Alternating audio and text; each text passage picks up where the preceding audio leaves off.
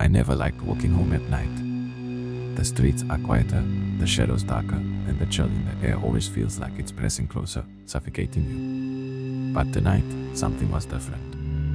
It wasn't just the usual unease that comes with the silence after the street lights flicker out. It was something heavier, something watching. I could feel it, like invisible eyes were tracking every step I took. I quickened my pace, the rhythmic crunch of gravel beneath my shoes masking the sound of my heartbeat. I glanced over my shoulder, but the street behind me was empty.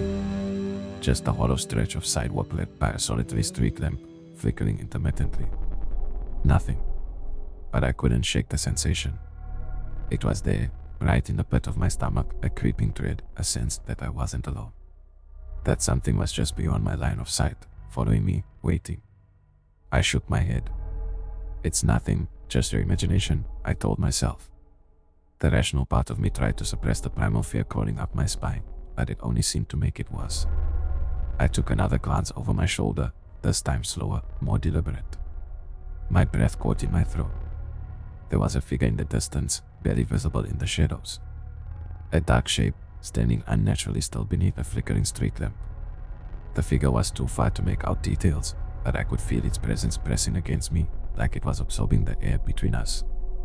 It's nothing. It's just someone waiting for the bus. But even as the thought formed, I knew it wasn't true. The bus stop was a few blocks down. This person, no. They weren't waiting for anything. They were waiting for me. I started walking faster, my steps becoming hurried, frantic. My breath hitched each exhale misting in the cold air. The figure didn't move, but I could feel it, feel the weight of its gaze piercing through the darkness. A whisper of movement behind me. I spun around again, but this time the street was empty. What the hell? I could still feel it, though. The pressure. The eyes. I didn't want to look back, but I couldn't stop myself. When I did, my stomach dropped. The figure was closer now, almost half the distance between us. It had moved without a sound, as if it had been floating, hovering just beyond the reach of the light. My pulse hammered in my ears, drowning out the world around me. I wanted to run, but my legs felt heavy, like they were sinking into the earth, refusing to obey. The figure tilted its head, the silhouette unerringly wrong, like it wasn't meant to be in that shape, in that space. Run. Just run. But I couldn't move. The figure stepped forward, one slow, deliberate motion, and in that instant, I saw its eyes.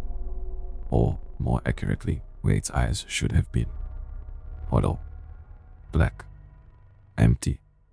As if it had no face at all. I have to get away.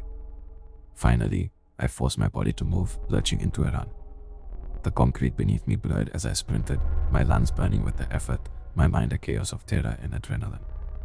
I glanced behind me once more, hoping to see the street empty, hoping it was just my imagination. It wasn't. It was closer. Far too close.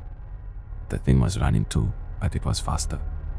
So much faster than it should have been, moving like a shadow, stretching impossibly long as it closed the distance.